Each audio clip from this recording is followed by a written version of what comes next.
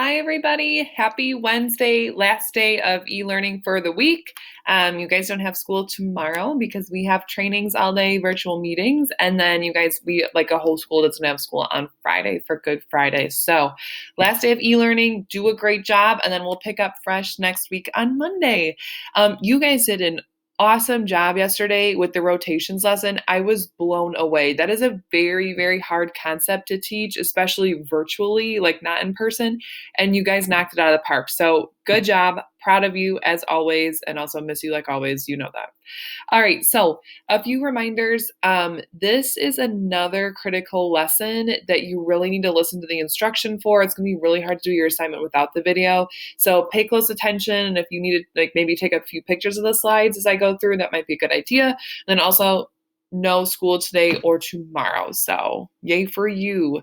Okay, your objective for today, you want to be able to perform a series of transformations. Now, we have looked at performing translations on a coordinate plane, that's just a slide.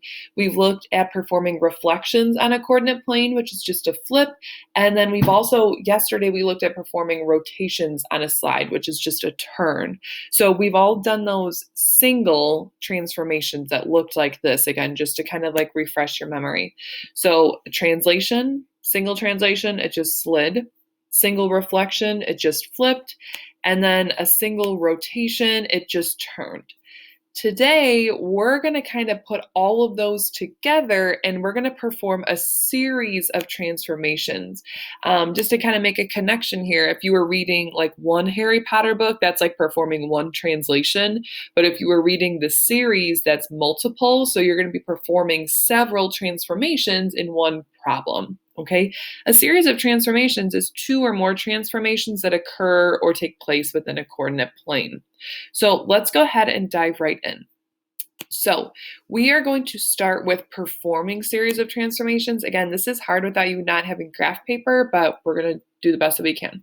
So if I asked you to perform the series of transformations, we're starting with our triangle ABC. That is our pre-image. And you're asked to do two things. First, you're asked to translate 4 units to the left, and then from there, you're going to reflect over the x-axis. So essentially, you guys, a series, it's just kind of like you're following it step by step. So all right, let's do it together. Step 1, it says to translate 4 units to the left. So I'm going to take my triangle, and I'm going to go 1, 2, sorry, it's lagging, 2, 3, and 4. Okay, so I did that one. I am all good. This is done.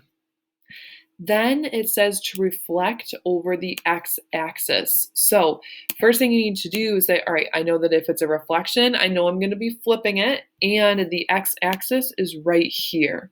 Okay, so to take your triangle, you are going to flip it over your x-axis, and if it's one away here, it's going to be one away on top.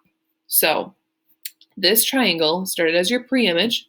We translated 4 to the left, and then we flipped it over your x-axis. We don't really need this one because that was just kind of like a placeholder. So it went from here to here, translated, and then reflected. Let's try that one more time with a different series to perform. So if I asked you to perform this series of transformations, remember, you're just kind of going step by step, starting with your pre-image. So here's my triangle. The first thing it says to do is to reflect over the y-axis. When I think reflect, I think flip. So it's got to flip over my y-axis, which is right here.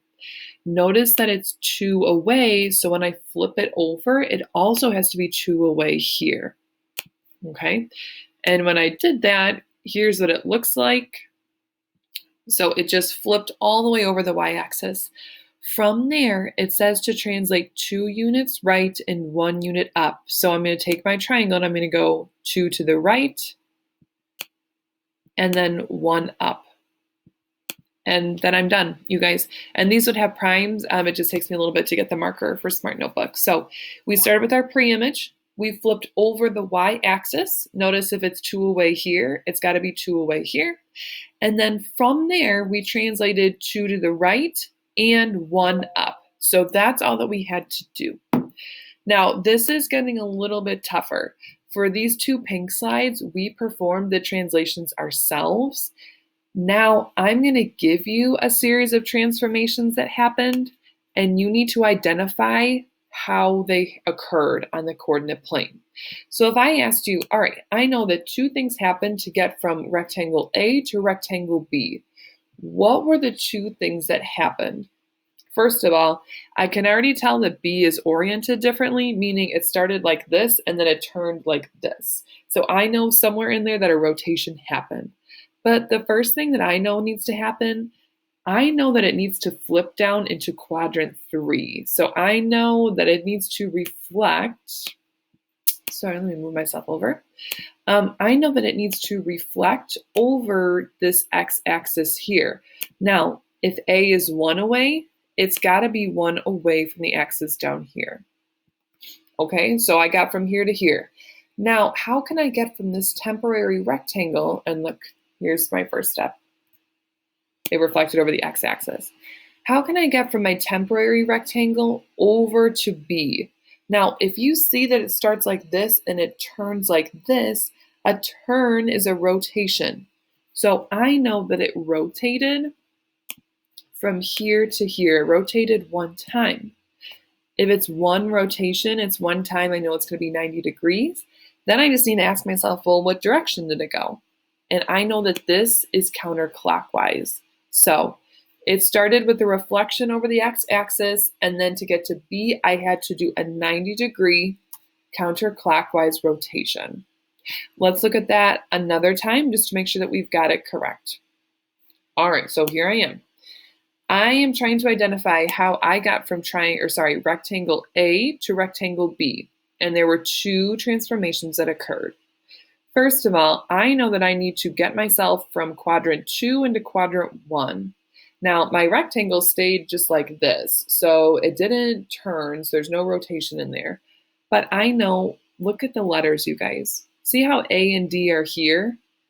It flipped so that they're on the opposite side. As soon as you flip, you know that's a reflection, okay? And obviously, you can see the huge line that separates them. It's reflecting over the y-axis right here. Now, you see how these are 2 away from the y-axis? When we flip those over, they also have to be 2 away over here. So let's just put a temporary rectangle so we can see what that looks like. Okay, this was just my temporary guy. We're not going to keep this guy here. So to get from my temporary rectangle up to B, my final spot, what's the only thing that you can do to get there? Like, obviously it's just moving up. If it's just sliding, that's a translation. So to get from my temporary guy up to B, I'm going 1, 2. So that's just a translation of 2 units up. So to get from A to B, we did a reflection over the y-axis, and then we moved up 2 units to get to my final point. So, my friends, a series of transformations, it's not too difficult when you have to perform it yourself because you're just following step by step. But when you need to identify what happened, that's where it can be tougher. On your assignment, there are multiple choice options so that you can go through and say, all right, did this happen? No, cross that one out. Did this happen? No, cross that one out. So use process of elimination to help you. All right, your Wednesday assignment, you have a series of transformations Schoology check. Take this 2 times for your highest score. Really focus on your accuracy. It's not as much math, it's just more reading and identifying and kind of using elimination to cross out choices that don't really make sense. Other than that, I will see you on Monday because you don't have school tomorrow and Wednesday. Thank you for another fantastic week. You guys are amazing. I miss you guys more than anything. I was just telling my mom the other day, I was like, if I could never, ever eat peanut butter again and see my kids literally tomorrow, I would do it. So much I love you guys. All right. See you. Have a fantastic weekend and a great Easter. Bye.